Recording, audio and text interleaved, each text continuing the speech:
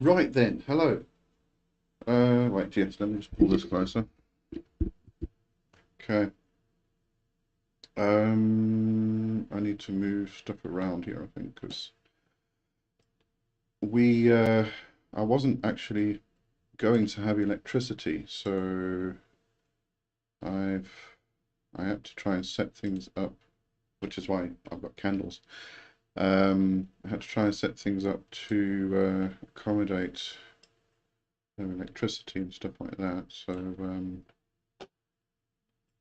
now I've got, but the power came on. This is why I'm telling you all about this.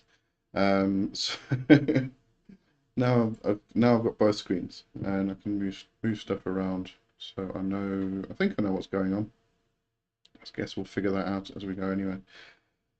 Hello, let's see who's here. Azabeth So Below, thanks for joining again. And Word Theme, thanks for joining. Arena, hello, hello. Yolandi's here. Richard's here. Zanka's here. Hello. Yeah, I did need a potty break. I also needed to switch over the router power so quickly, so it's been rushing around and making hot chocolate and stuff like that. Yolandi, well, feels like I saw you only 5 minutes ago. Um, Yolandi, just excuse my cheesy humor. I'm going through a bad time and this is how I cope. That's fine, absolutely fine. Alan, hello, Alan. Thanks for joining. And Richard said your cheesy humor is always welcome. Absolutely. Okay, we need to get music going, don't we? So let me just grab. If there's any specific requests of what type of music you want, just let me know. I know Yolandi wanted classical. Um, not really sure which one to play. Let's try this. We'll do classical for a little bit. Dum, dum, dum. Music press. Cannibal Corpse. It's going to be a bit different to what I'm going to put on now. Please hold.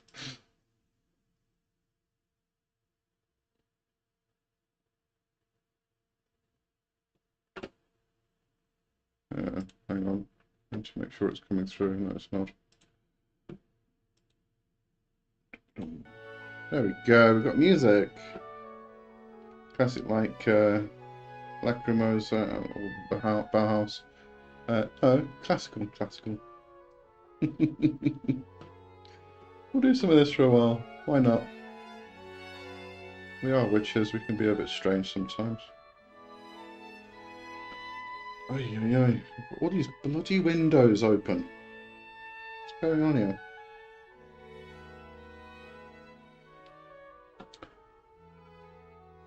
Yeah, I'm actually going to pull this over here, and then I can switch music.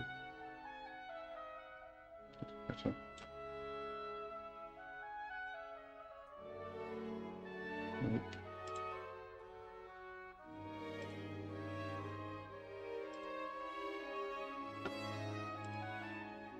Alright.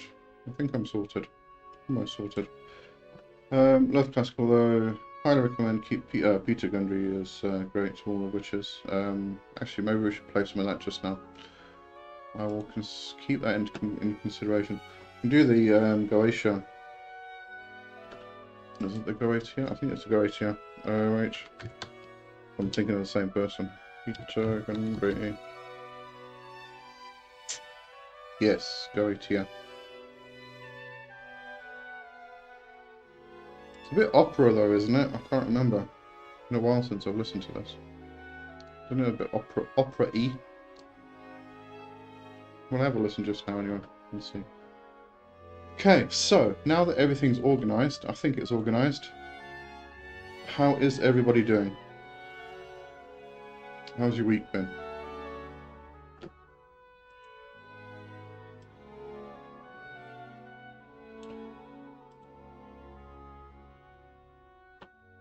Pan flute music. I don't think we're gonna. I can't find pan flute music. Unless it's Pan himself playing it. I can't find it on my Spotify. Oh, you're snowed in. Ooh, of the Path series. Thank you. Yeah, does that mean you can't go to work? That's cool. Got a good excuse. But yeah, it's a bit of pain getting snowed in, I suppose. And now I can't spell. You spelled it fine. There was just a space there. Peter Gundry is actually very good. And should we play Goetia? Goetia. And do a switch and change today until everybody gets going. Yes, and they paid it. They paid what? Oh, it's a day off. Good stuff. Yeah, well, they have to, because you can't get out your front door.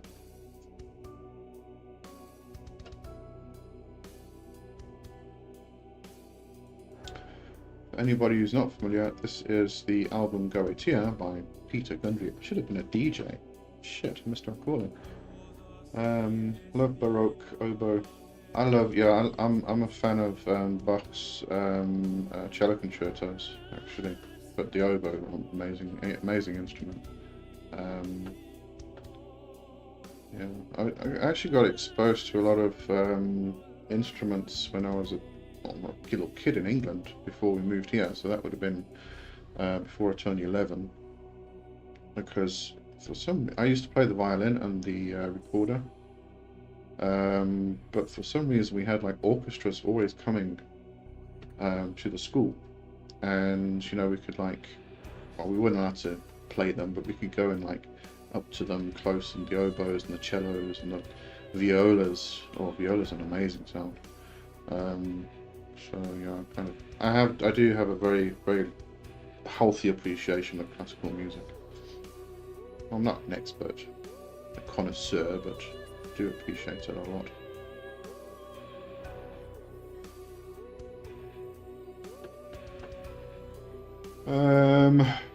Let's see, what can we talk about this week? You kicked ass playing the triangle. So it's actually quite a difficult instrument to play. You've got to get your timing right, because if you don't, you're screwed. I played the recorder. Did you actually... I played the recorder, but there was somebody I still remember this from when I was like 10 years old. There was somebody who played the tenor, and the recorder's kind of short on my hands. The tenor's longer. It's a deeper sound. It's such a nice sound to it. The recorder's cool, but the tenor, oh my word. I always wanted to play the tenor, they wouldn't let me.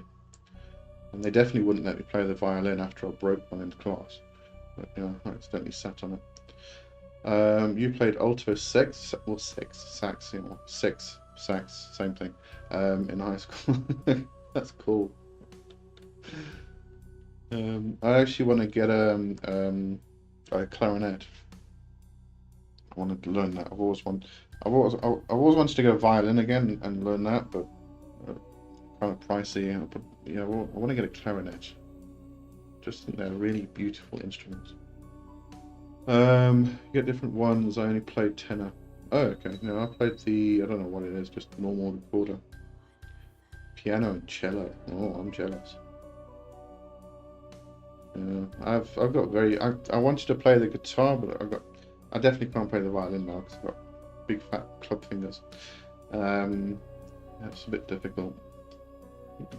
Could maybe play the piano. I don't know if my fingers spread far enough. My daughter's got piano fingers, but yeah. I'll just have to stick to the shower and singing, I suppose.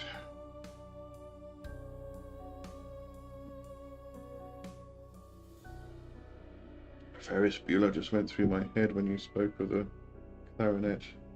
My Ferris Bueller? I don't remember a clarinet. What happened in that?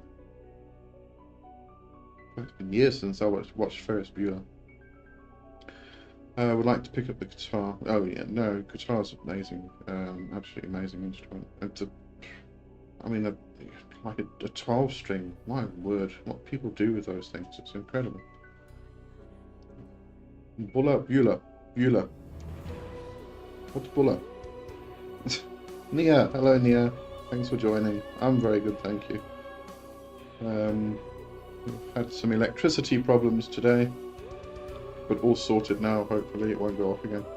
We're not getting full power, unfortunately, but enough to actually run what we need to run.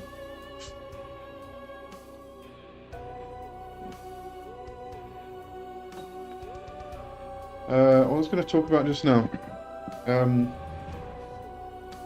books, I think. I don't know. I wonder if there's a link between magic and musicians. I would say yes, absolutely, because if you consider, when you're working with magic, you're largely working with vibration, no matter how you view it. And sound is vibration, and you go back into all the mythos of, the logos, the first sound that created the cosmos, or the first scream, as some people say. So yeah, no, absolutely. I think it largely boils down to vibration. Music has vibration. Everything has vibration. And if you can actually use sound, the vibration from sound to actually heal, to alter cells in the body.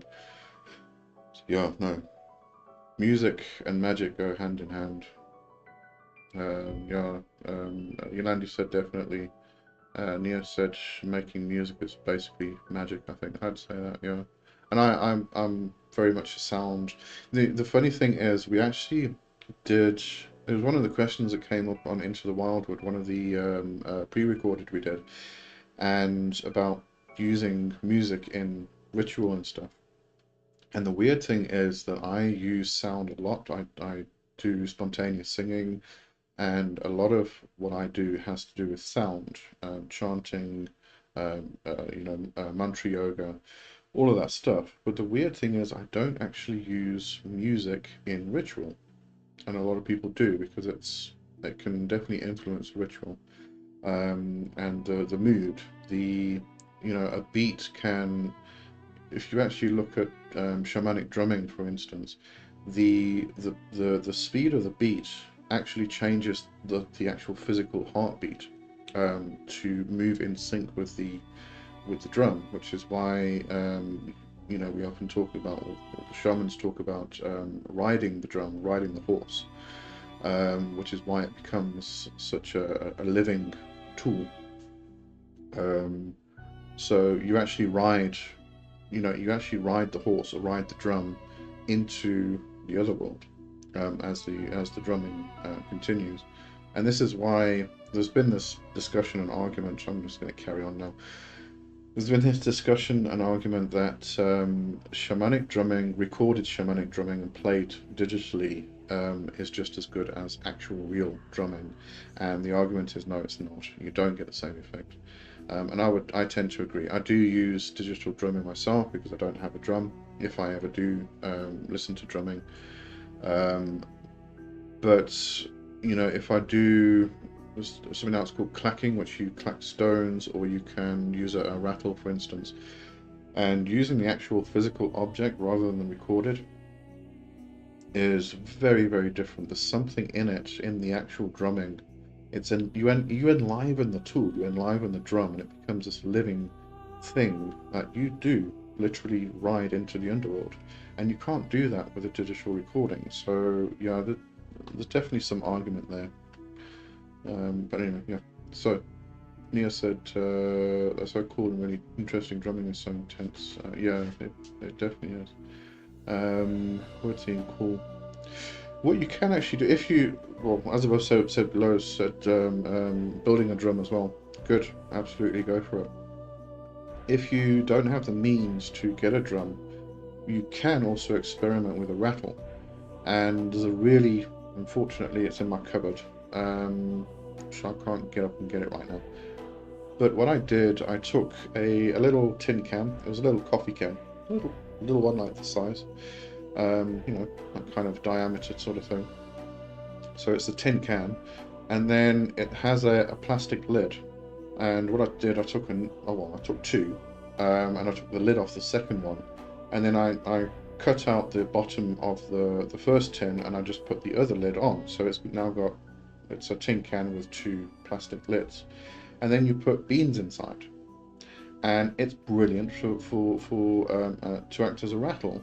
And you kind of do this, and you get into particular rhythms. You pick up particular rhythms that you kind of do as you are rattling, and it's an amazing sound. And it gets you, if you do it properly, it gets you start to pick up a particular rhythm, and you continue that rhythm, and then you ride that rhythm into a trance state, and it's really fantastic.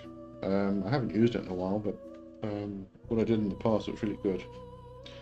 So you might want to try that, and it's easy to make. It's cost effective, you know, and you can obviously change the tone by using different size coffee cans or whatever cans you've got available. So just experiment, play around. Let's see over here.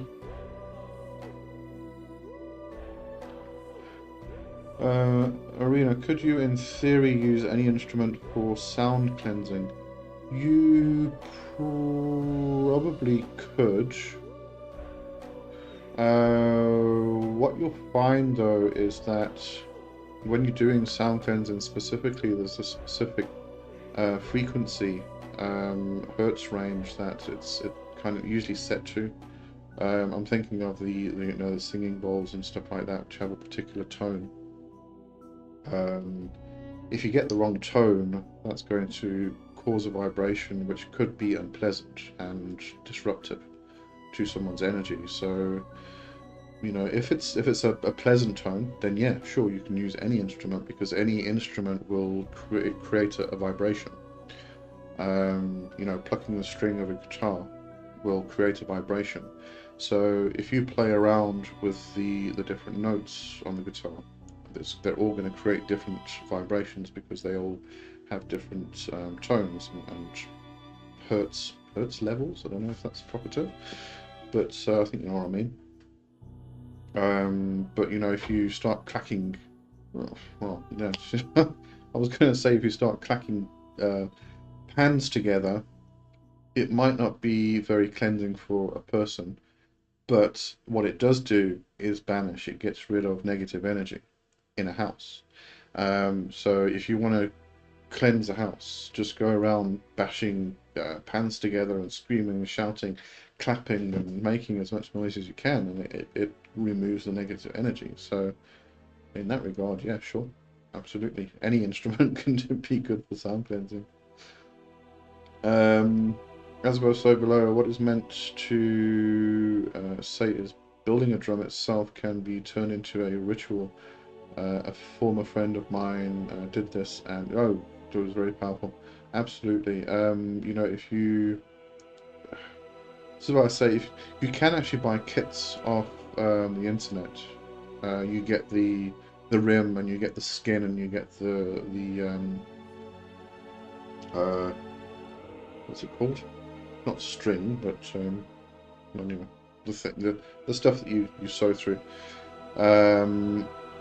You can buy the kits online, and then you can actually build it yourself. If you really want to get into it, then do all the tanning and everything else with the leather, with the skin itself. That would be very interesting, but not everybody has the means to be able to do that. So instead of buying a drum, I would suggest buying a kit so that you can build yourself.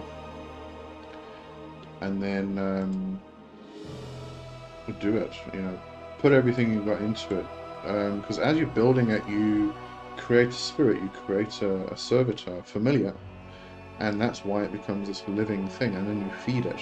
And as far as I know, traditionally they feed their drums once a year, and it's usually on the date that it was birthed.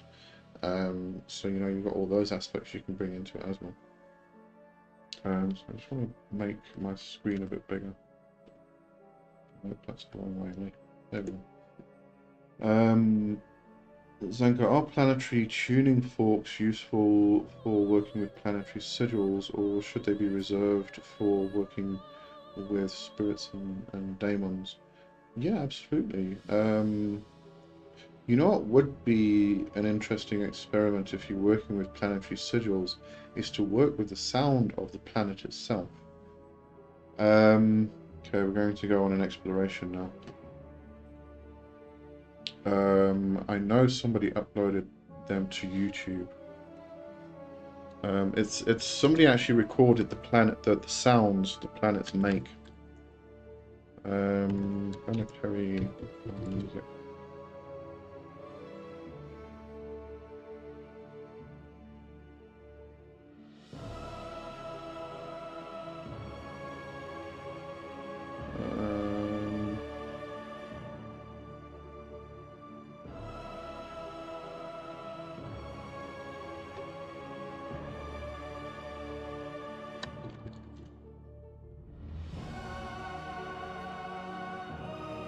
Oh, I think this is it. All planet sounds from space, and it's very short. I think it's got all of the planets. Hang on, let's go here.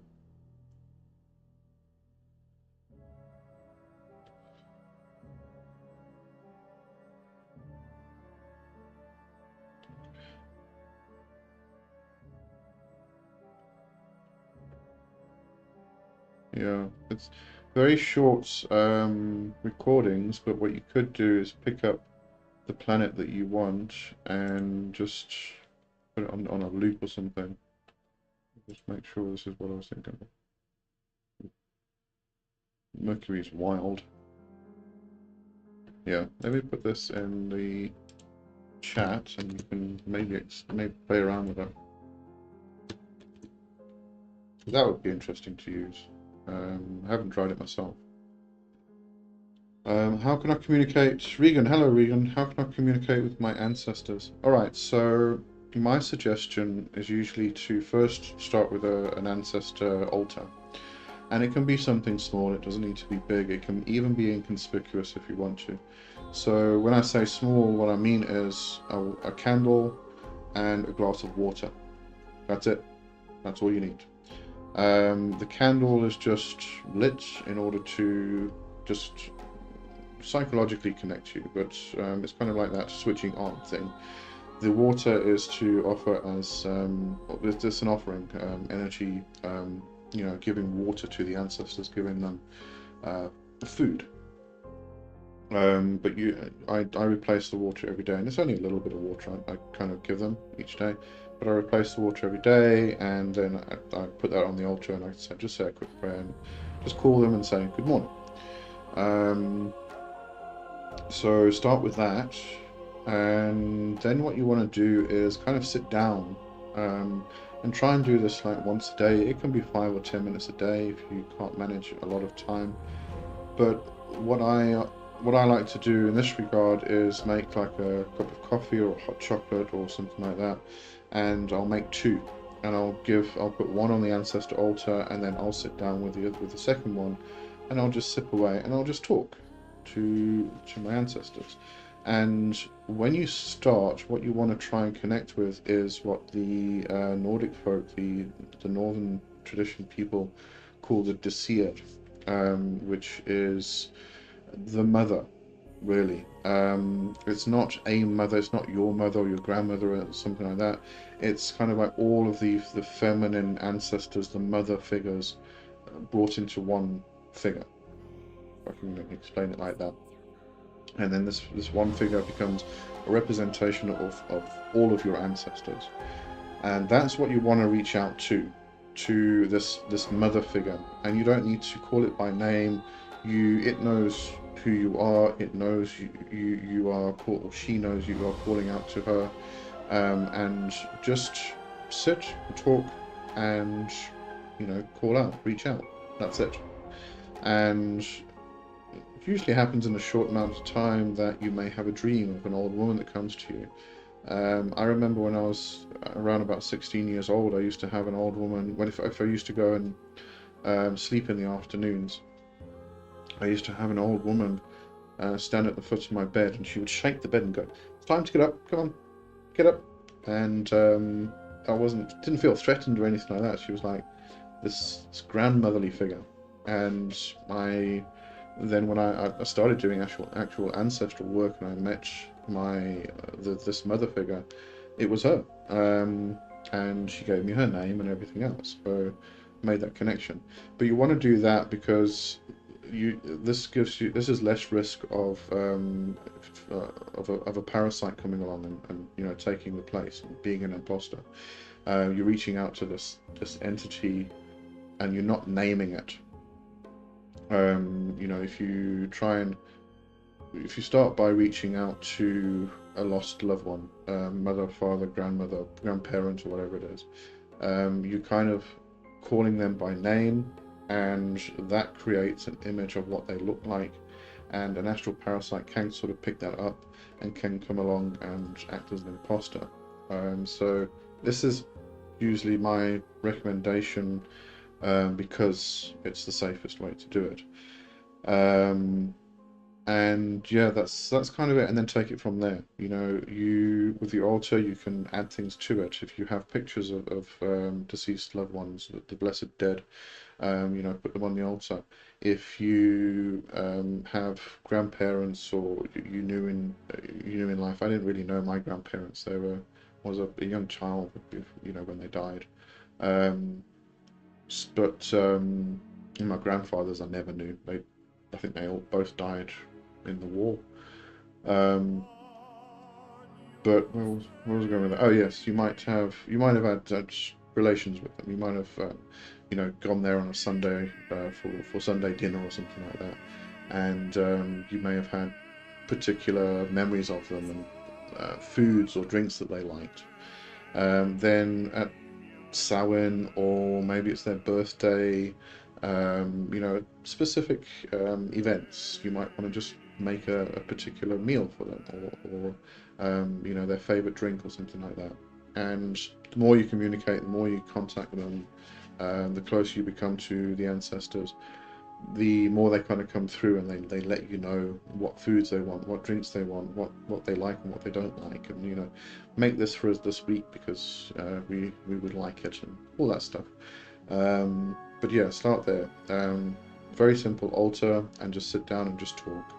And when you're talking, tell them what your day's about, what happened, the problems you're having, and then take some time to just listen. Just sit back and be silent. Don't expect anything, because as soon as you start expecting anything, you start trying to force it. So don't expect anything. Just sit back and just listen. And if you don't hear anything, that's fine.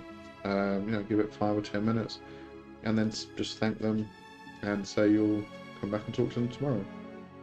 And do the same thing until you get a response. As I said, you'll probably get a response firstly in dreams. You may suddenly start getting, while you're sitting there having hot chocolate with the mother, you may start getting impressions, images, thoughts, feelings, something like that just kind of hit you. That's communication. So just kind of don't expect anything, but try and look out for something. And then just carry on from there. Okay, hope that helps. As above, so below. Saturn literally screams. It's horrifying. Wait, I gotta listen to Saturn. I've still got it open here. Where's Saturn?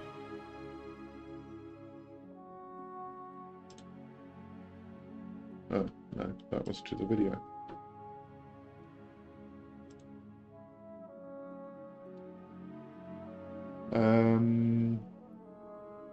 Planet sounds interesting approach.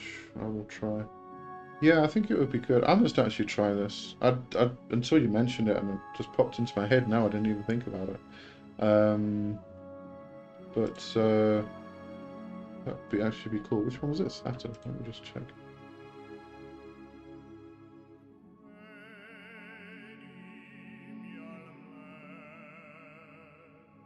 It's a bit like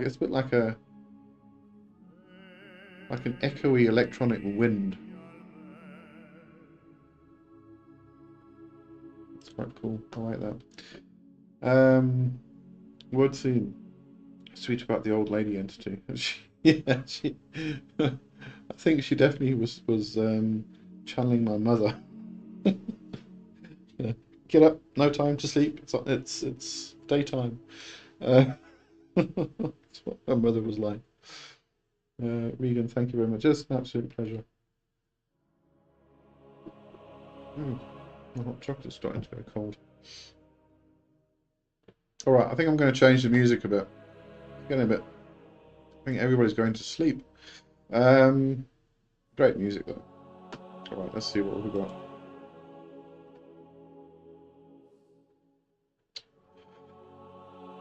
Blah, blah, blah, blah.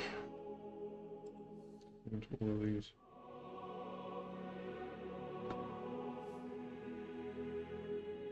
Did that last week, I think.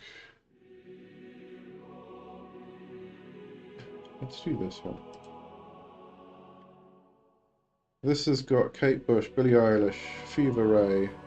Oh wait, you know what we should play is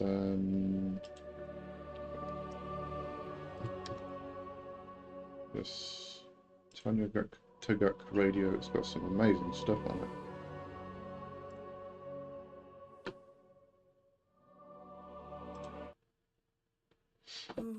Sorry, I'm not a DJ. We don't have a fade out, fade in.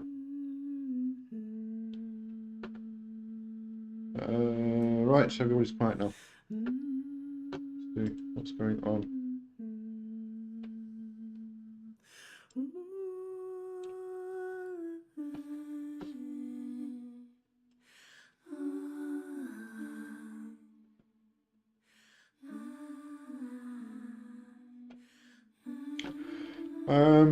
I was going to talk about books I'm reading. What am I reading? I think it's all the same though. Yeah, no, it's all the same as last week. I've decided to do anybody who's been on my channel for long enough knows how I feel about the whole clipotic tree whatnot. I've decided to do like a deep dive into the clipotic just to understand what all these people are talking about from their perspective.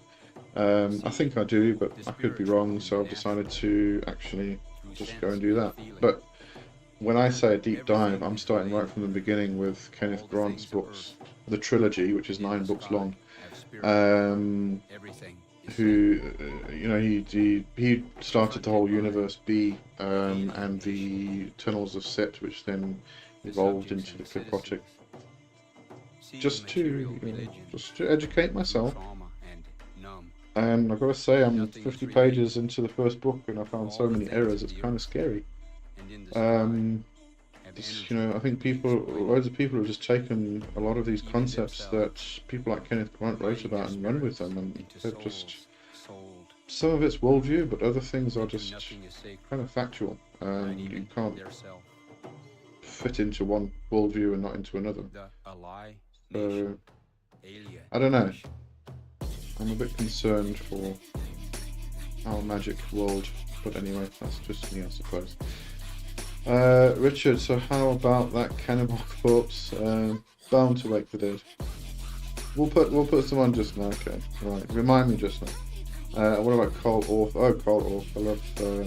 Orff the Planets was not Carl Orff. It was Handel. No, it wasn't Handel. Who did the Planets now? Bloody hell.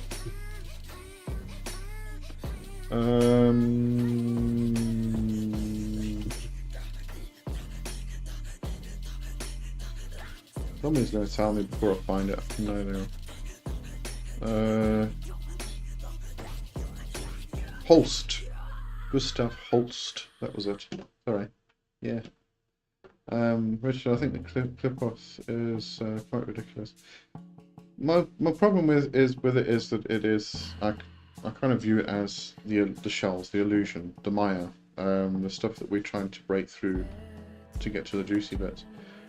But I don't know, maybe I've just like, they've got some concept about clip-off which I'm not considering, because the problem is it's supposed to be Kabbalistic in nature, and it's been so far removed from Kabbalah now.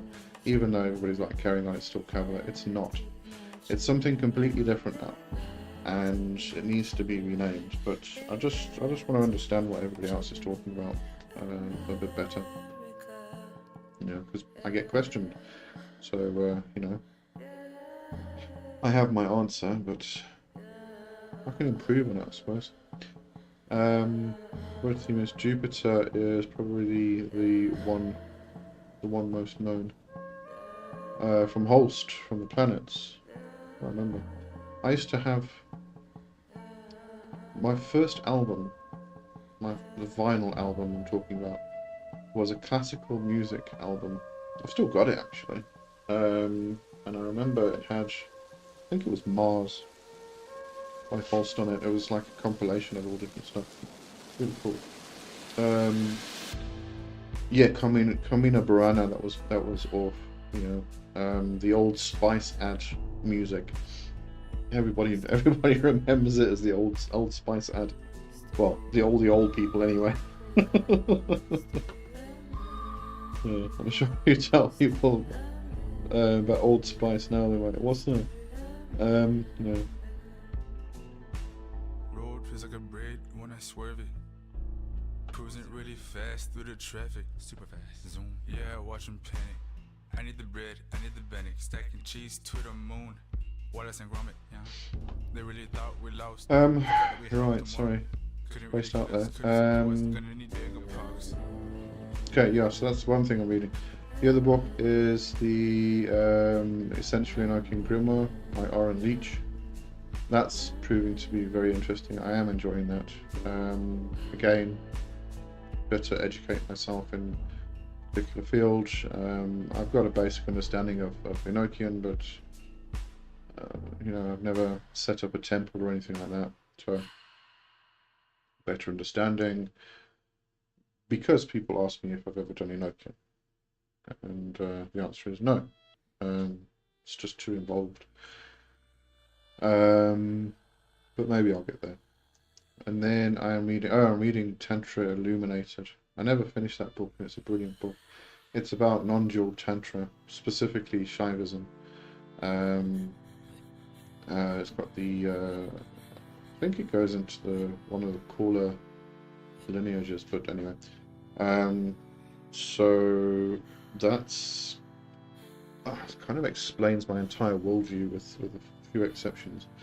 So I'm finding that very interesting. And then I'm reading, what else am I reading? Oh yes, the Ancient Wisdom, which I'm almost finished. There's like 10 pages left, which I'm reviewing at the end of this month. Interesting book as well. And Moon Magic by Dion Fortune. I must actually read Sea Priestess again, because the main character in Moon Magic was first in Sea Priestess. She changes her name.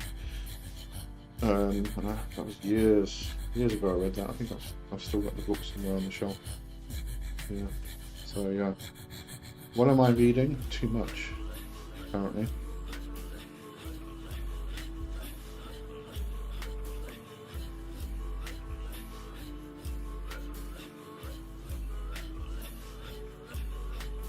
Okay, looks like everybody's gone to sleep again. Maybe I do need to play Cannibal Corpse.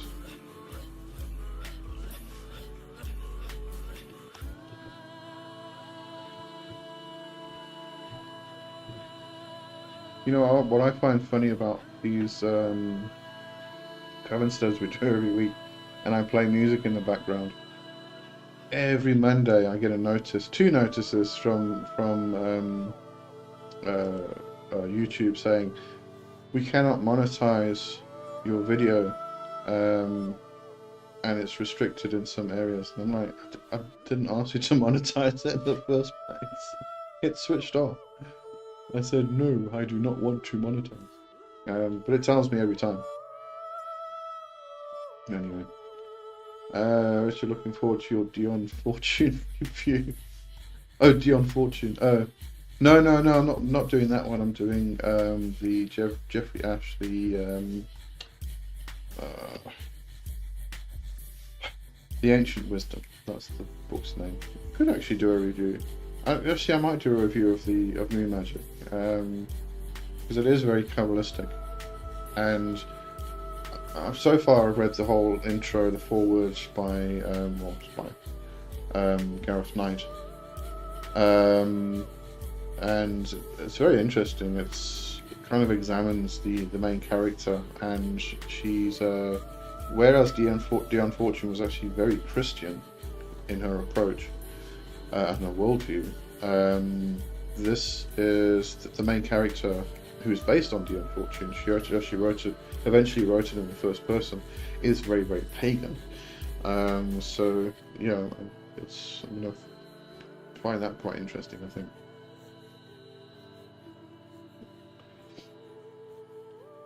Her name is Lilith LaFay Morgan. I'm trying to remember what it was in Sea Priestess. It was something LaFay Morgan.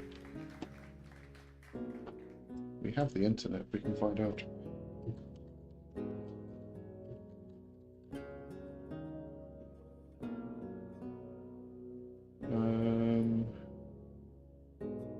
Gareth Knight's actually a name I haven't heard in a while either. Actually, check on that again. Let's see. No, we don't want that. We want this. Let's go again. Vivian LaFay Morgan, and then she apparently comes inland to London or something, and changes her name to Lilith LaFay Morgan. Anyway, I find that interesting. Maybe I'll read that, and then I'll read the Sea Priestess again, and I'll do a review of both. Yeah. And I can see if I'll see if I can actually pull out the Kabbalistic bits. Because when I read the Sea Priestess, my word, I don't even remember when I read that. I probably didn't know very much about Kabbalah at the time, so that might be quite interesting. I guess I should sit up in my chair. I think I'm starting to slouch. It's disgusting. The candle's still on. Yeah, I was going to say, if you kind of see the background, kind of catch your eye, just let me know. Dragon. Hello, Dragon. Thanks for joining. Yeah, you did ask about books on Hermeticism in the premiere. I don't know if you went and checked out the books, but there should be a link in the description. If there isn't, just let me know, and where was I disconnected? And I reconnected. Okay, sorry. I think OBS disconnected me a second there, but I am back.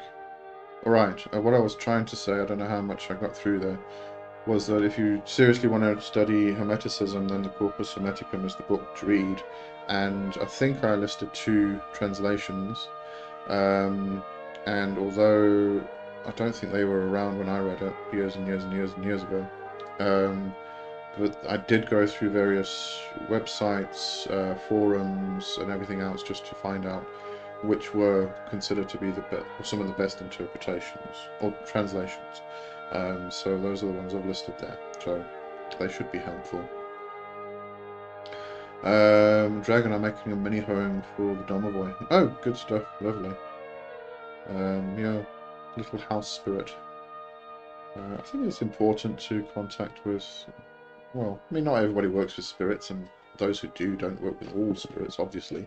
But I think, those ones that are kind of close to home, literally, the house spirit is a good one. Daniel, thank you very much. Have you worked with Da'at? If so, how is she, he? When you say Da'at, I would consider that to be the invisible Sphirot in the Tree of Life. So I'm not sure what you mean by she or he. I don't do Clipothic, if that's also what you're asking. That's not something I venture into. But I have worked with Da'at. Da'at is knowledge. It's, so kind of, yeah.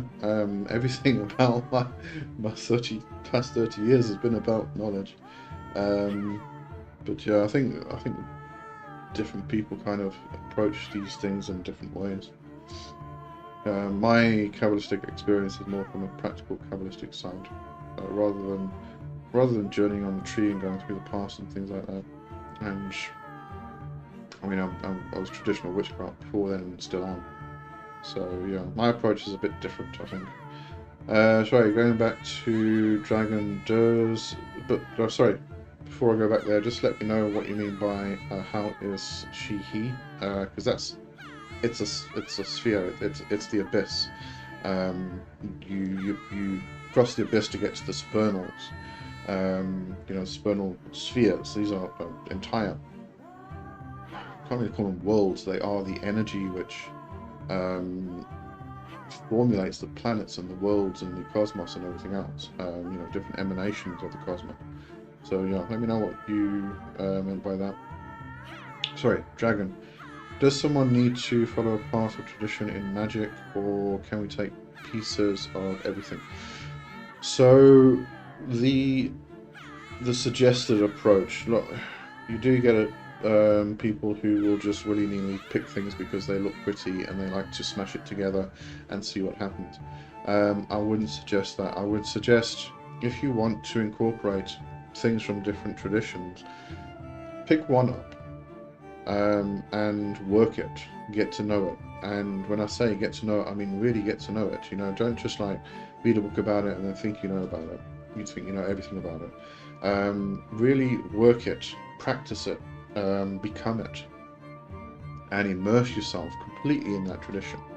And then you get to know how it feels, how different things within that tradition feel, and how they work, how they function, how they move, and how the energy flows and things like that. Then go on to the next one, and do the same thing there. Immerse yourself in it completely. And then what you find is you know how energy flows in this one, you know how energy flows in this one. So therefore you then know if you can put them together. Some energies don't fit together very well at all. It's like, trying to put a square peg in a round hole type thing. But there may be pieces from one and pieces from another that fit together, and you may find that you can form bridges between them, which is what I enjoy doing. Is you kind of, a lot of different traditions and people use different terminologies. They express themselves in different ways, and they usually end up arguing about these things, when in actual fact they're talking about exactly the same thing. They're just using different terms, but they didn't take the time to actually understand what the other person was talking about. So when you take the time to actually learn two traditions and then more, you know which pieces can fit together, which things are the same or similar. They may not be exactly the same, but they are similar enough to bring together and expand upon. So this is what we're talking about. Don't just willy-nilly go out there and go, oh, I like that god there, oh, I like that dragon over there, and oh, that's quite a cool gem, and then pull them into the same circle and just expect them all to work together, because they're spiritual. It doesn't work that way. You could end up with a very, very bad explosion, and a war on your hands. So just be careful what energies you bring together. But that's the approach I would take. It's a syncretic approach, in that circumstance, in that understanding. Word theme. I did some circle trance work with the cardinal points using the 4 demon kings. Oh, sorry, we're going to do Cannibal Corpse, weren't we? Okay. Excuse me, everybody. I'm just going to switch the music, and then I'll come back to the question. Here we go. Do a bit of this, and then we'll go on to something else. I did some circle trance work with the cardinal points using the 4 demon kings, and the one that left me with a big impression is Leviathan. I'm wondering if that means I should do more work with him. It could do. It could mean that you either need to do maybe some emotional balancing or something like that. Maybe you need to do some cleansing work. The watery aspect. But it could also mean that I find that I connect with Leviathan quite strongly, and it's because my nature is very similar, I find the nature of Leviathan that I connect with anyway is very similar to my own. So I kind of it's a bit weird. It's almost like talking to myself, except when he comes up out of the water as a big fishman.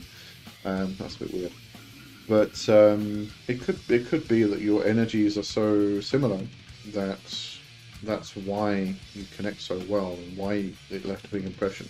But as I said, it could also be that it's something you need to work with. It could be that you connect with the water element more than anything else, which is the other thing you have to remember when you're working specifically with these spirits as the elemental kings. You might want to try a little experiment. Is call or do the circle casting. Call the elemental kings in, then completely scrap what Leviathan, the energy of Leviathan is coming through there as the element or the elemental king of water, and then call Leviathan as Leviathan and see what energy comes in, because you'll probably find that it's very, very different. This is what I keep saying about the elemental kings. If we talk about the elemental kings, we talk about the archangels of the quarters, we talk about the watchtowers. There was another name that popped up the other day, and I can't remember what it is. But these quarter guardians that we called in, which originally weren't actually elemental. I mean, we can say that this comes from the studying Enochian again at the moment, so this is kind of fresh in my mind. It does kind of come from the Enochian system, but even there, the original intention, scholars say, was that it was not about the cardinal directions, but actual. It was land-based, like north would be Europe, Russia, that type of area. South would be like South Africa and Australia. So it was actually land-based rather than kind of, across the equator and down the Greenwich Mean Time, that line. And then when it got into Golden Dawn, the Golden Dawn added elements, and that's only when the elements came in. So that was, the system was created in the 1500s, if I remember correctly, and Golden Dawn started in the very, very late 1800s, 1890 something. So that was 300 plus years between, and that's only when the elements got introduced to the system with the watchtowers. And then they decided that the split is where the person is standing on the planet. So me, for instance, I'm in Johannesburg, South Africa, so if I'm facing north, everything to my left is the western direction, everything to my east is the eastern direction, and then, so there's no kind of at the equator or at the Greenwich Mean Time line or whatever. It was where the person's standing. So that changed the system. I know I was going somewhere with this now. My brain's gone. So yes, whole history about the watchtowers. So you have the watchtowers from the Enochian system. It probably goes further back than that to the Sumerians, who had 4 guardians of the 4 directions, or the 4 winds. They did have the 4 winds, but they were usually placed at the intercardinal points instead of the actual cardinal points. But they did speak about, you go into Greek and there's the north wind, there's Boreas and the other various names. So yes, you've got the winds and the 8s and the guardians of the cardinal points long before Enochian. But this is kind of where the popular system came up, and what we know of today. So there's the Enochian, which had nothing to do with elements, absolutely nothing to do with elements. And then the Golden Dawn introduced the elements into the system and introduced the watchtowers, and then spilled over into all various other different things, Wicca, etc., etc. And we then came along with the archangels, which is part of does form part of the Enochian system as well, but also Kabbalistic. That goes way before. I mean, if you look into Gershon Winkler, was a rabbi who kind of went into the shamanic approach of Jewish mysticism. If you go into that, then that goes probably before John Dean and Edward Kelly as well in the Enochian system. But anyway, so that all goes way back. But you have the archangels of the four directions, the four quarters. You have the inclusion of, I think this was, I know it got spoken about by Paracelsus, but I think it was Levi who introduced the kings being Gob, Nixa, Jin, Heralda, the four elemental kings. Okay, and then other systems brought in other things.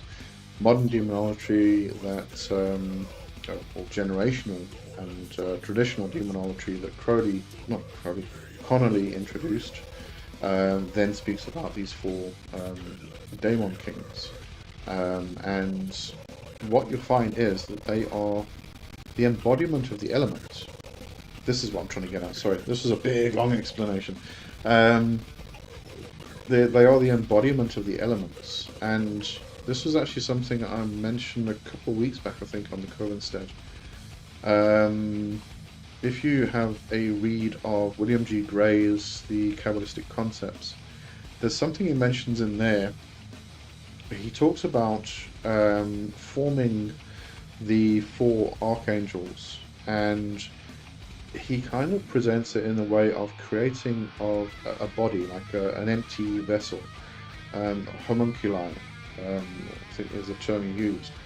So you kind of envision this empty body, which is going to be the archangel. Then you call the energy of the archangel in, or the element itself, and you actually fill it with that energy, and then that becomes the watchtower, or the guardian, the archangel of that quarter. And it's the elemental energy itself. So what I was trying to get at, this very long explanation, I do apologize, is that once you've called those elemental kings, then the Lucifer, Flarius, Leviathan, Belial, or whichever kings you're actually working with. If you go into other systems, it's different ones. Call those in, then go back and call Leviathan, or call Belial, or call Lucifer, or call Flarius. And you'll probably find that's a very, very different energy, because the elemental king you called is the embodiment of the element itself, and that's just one aspect. Even within modern demonology, it's suggested that you don't have to stick to these four that have been mentioned. You can, like Flarius is the elemental king of fire, you may consider Asmodeus or Azazel to be the elemental king of fire, and then you can use that name, but again you're still calling the elemental energy itself into that position, into that body, into that direction.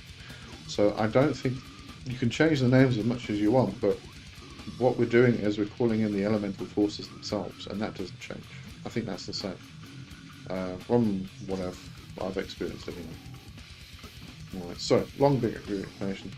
Word theme, you said love it, very interesting. I'll do some research and transfer.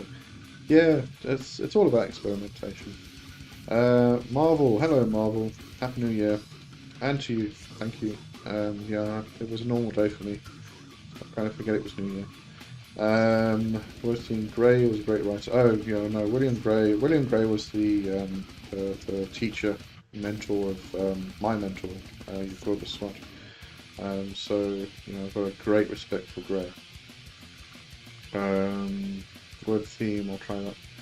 Yeah, as I said, it's all about experimentation. So give it a good bash, and keep journaling. Make sure you keep journaling. Dragon.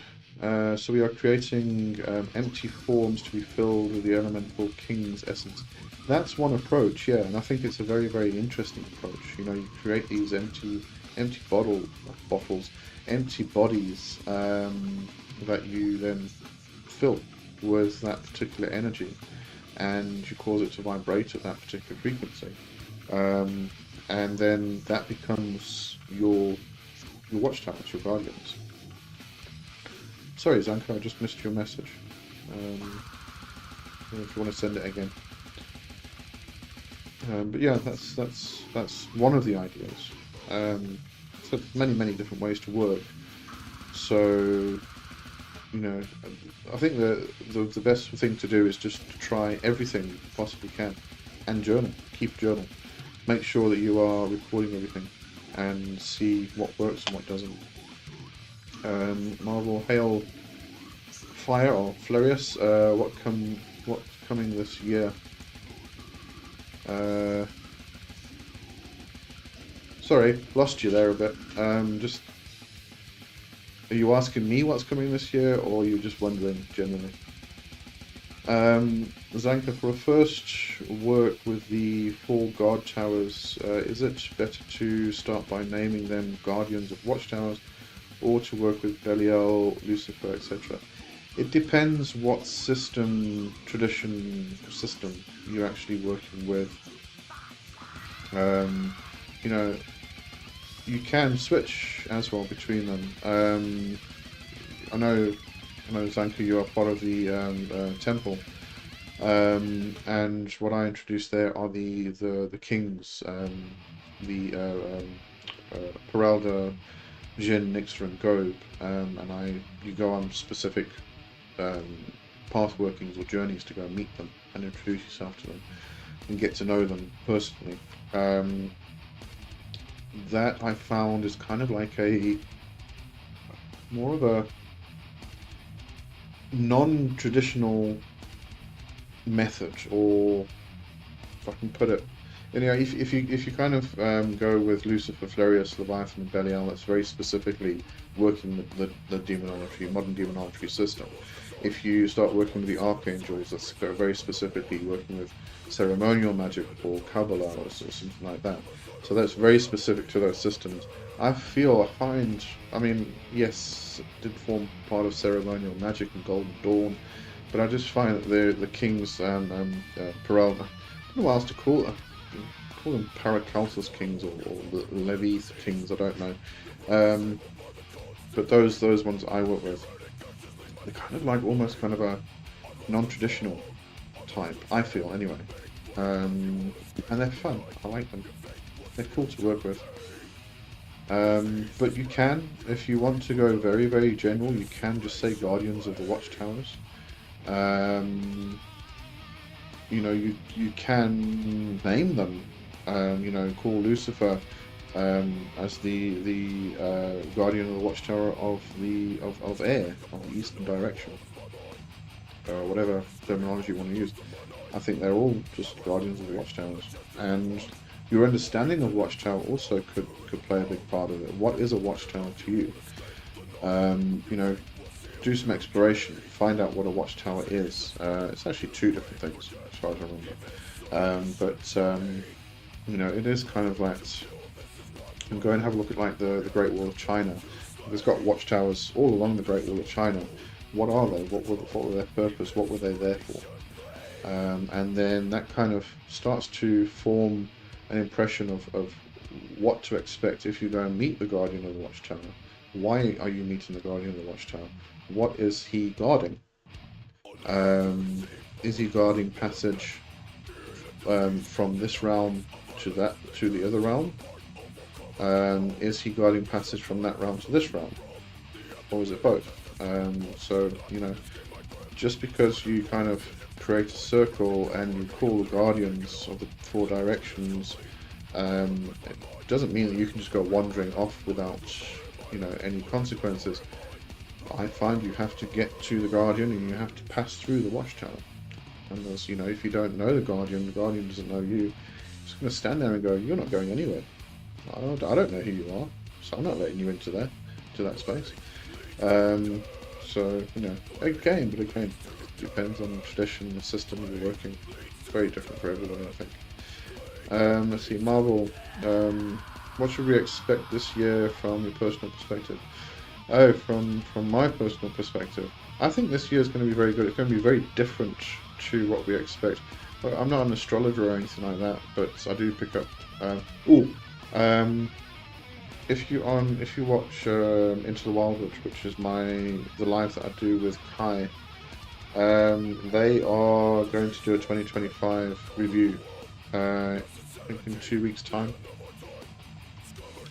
I know I'll write it down somewhere because I've got to schedule the damn things. Oh no, sorry, it's this coming Friday. I will double check that because now I might just get myself into trouble. I will double check, but I think it's this coming Friday. So hop onto the Into the Wildwood. There's going to be a whole review of the whole year from an astrologer. I'm not an astrologer, so. But what do I think? I think this year is going to be very, very good. It's a bit of rough and tumble, but nothing wrong with a bit of rough and tumble. We're just going to navigate our way through it properly. There's going to be a lot of changes.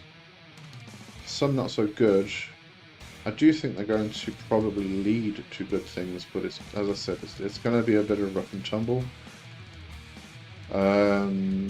You know, you've got to kind of get through the bad to get to the good, sort of thing.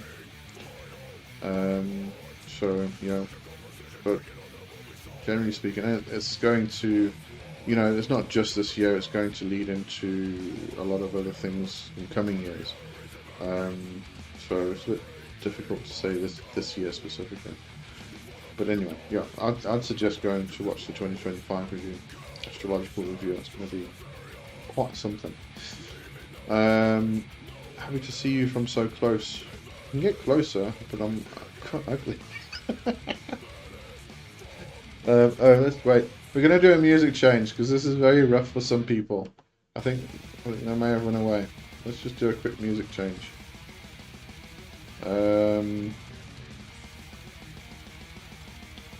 We're going to do this one. Okay. Into the what movies? Into the Wildwood. Sorry, I will put a link in here now. You want to go follow that.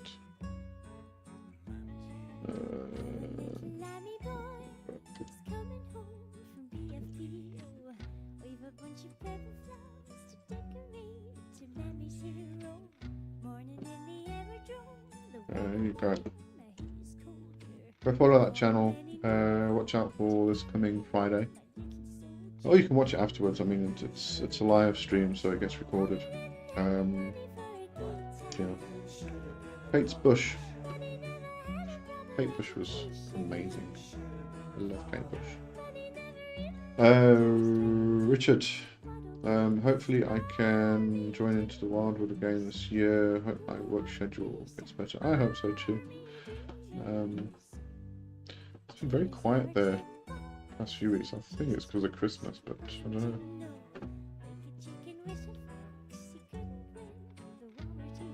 Right, so what are we doing now? What does everybody want to talk about?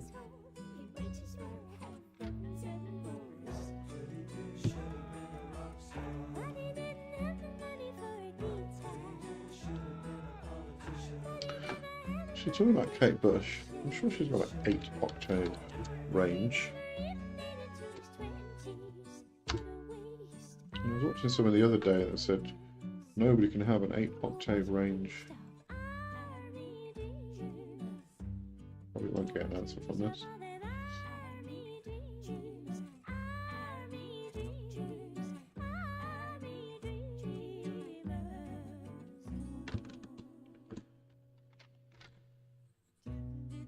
Oh, 4-octave range. Marion Faithful mentioned Bush's 4-octave range should be regarded as a national treasure. Yeah, okay. Then I can understand why nobody should have an 8-octave range. Although I did see somebody recently who said they do. I don't know. So who knows? Thanks. Yes, can watch later. Yeah. Okay. Yeah, because it does start at, well, it starts the same time as this, but it's on a Friday. I think some people are at work, but yeah, it's recorded. Would seem I'm going to like her. I just think she's amazing. I think this next one, Billie Eilish, is amazing as well. Shit, they're all amazing on this. We've got Fever Ray. Hunter as a Horse, I've never heard of. Marian Faithfull, PJ Harvey, oh my word. Ash Nico, never heard of Ash Nico. It's going to be interesting. Imogen Heap, amazing. Who else is on this? Ramsey, good. There's lots of Marian Faithfull and PJ Harvey. Daniela Lalita, I don't know if you've heard her, but she's got, I think she's fairly new, but she's got some really interesting stuff out. Got Walker, T-Rex is on here amongst Kate Bush and PJ Harvey, Marian Faithfull. Okay. Yeah. Ooh, wait. What did I just see? Marian Faithfull and Nick Cave did a song. How did I not know about this? It's called Crazy Love. Well, maybe we'll get there. It's quite far down the list though. Oh, it's on the same album as Marian Faithfull and PJ Harvey. Okay, sorry, got distracted again.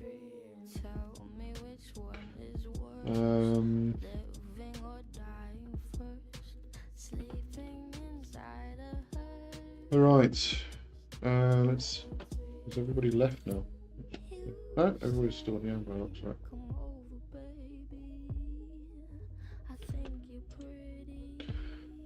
Alright, I don't know, I did talk about this today on the vlog that I put on the journal tier on Patreon. But if anybody is interested in joining the journal tier, it's $5 a month. I am going to revisit some stuff that I kind of left behind last year. There's two things specifically. I just need to just check what the other thing was. The one thing is the living book. So the living book I started writing, and I kind of got halfway through, and I do remember writing most of the next chapter because I was posting it per chapter, and then I kind of got distracted, taken off and onto something else. So that kind of fell by the wayside. I do need to finish that though, so I'm definitely finishing that this year. And the other thing, let me just find this. It was something that was mentioned by Paul Hewson in his book Mastering Witchcraft. It was calling on two angelic forces in relation to the Goetia spirits. This takes a while to load old posts. Okay.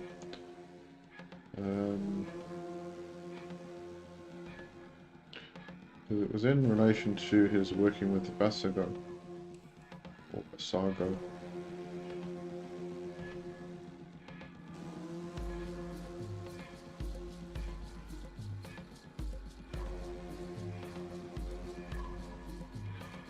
And it can't be this far back. I'm going to 2023.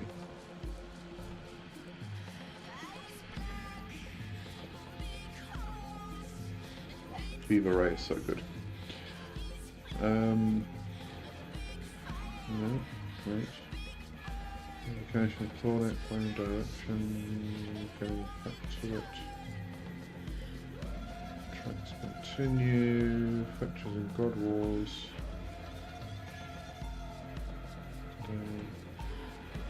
Where I'll put it now. Bloody hell.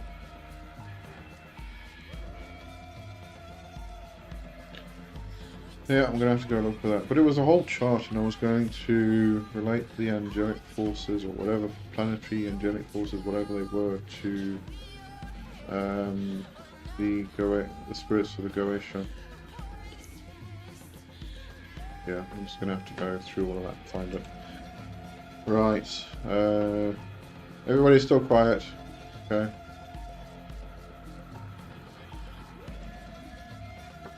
That's Patreon. Apart from everything else that's going on there. That would be awesome. Yeah, I think it looked like a really good kind of study, and I did get the whole list. I just needed to go through it again, do all the work to match everything up. But I'm gonna have to go find it and just remember. It's on Patreon. It's if you go onto the $5 tier or anything above that, you'll get all of the stuff, everything on the journal. Just kind of like my own explorations into magic and thoughts that pop up and stuff that I can talk about publicly. I mean, obviously there's some personal stuff that I can't talk about. So I do, but what I'm doing now is a vlog each week, because I did find that I was kind of doing a text post, and I'd get so into something else that I keep forgetting. The weeks would go by and I keep forgetting. So I've now got a reminder to do a vlog every week, and if I haven't done anything that week, I'll just say I haven't done anything. I did it today. I didn't really do anything this past week. Nothing to report. So I just spoke crap for a little while, but like I always do. But at least there's something every week.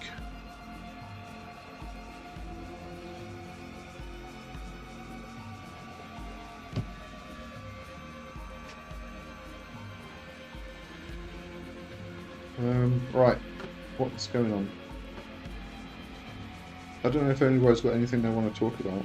I'm a bit quiet, so I don't know if we just close today early or not.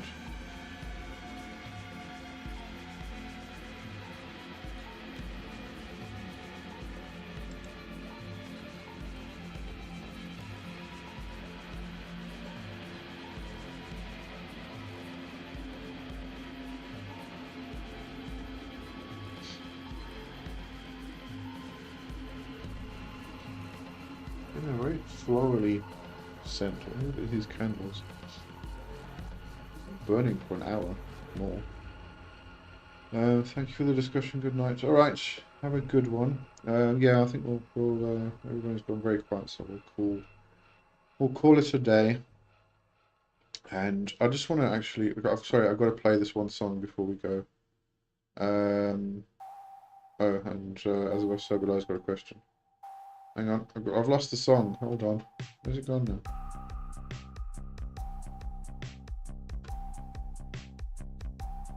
I've lost it. It's gone.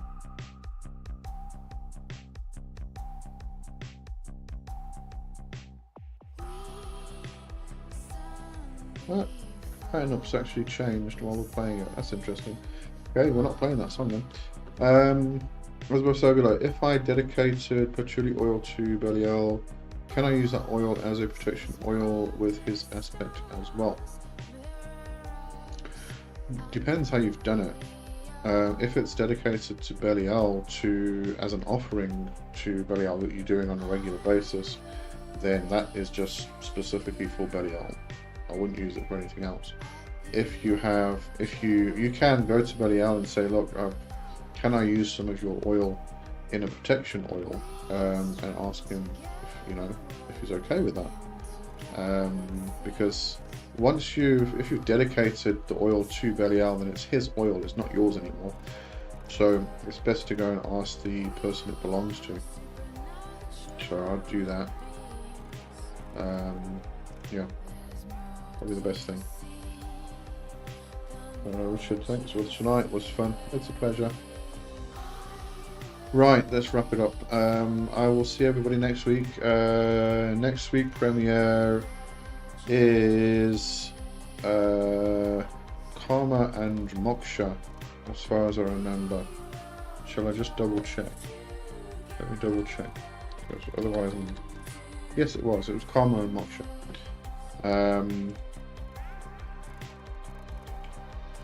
I better double check, because otherwise I'm going to get into trouble. From a far rock away. Hello. Good afternoon, thanks. It's a pleasure. Glad you joined. Just double checking. Yes, Karma and Moksha. The concepts. I'll go in depth into them. Really, you know, what you do when you've actually released all of your karma. You know, it's kind of like, where do you go from there? So I'll go into everything. And then we'll do the live after Covenstead live again afterwards. As I say, cheers everyone, have an amazing night or day. You too. And I'll see you next week. Cheerio, have a good one.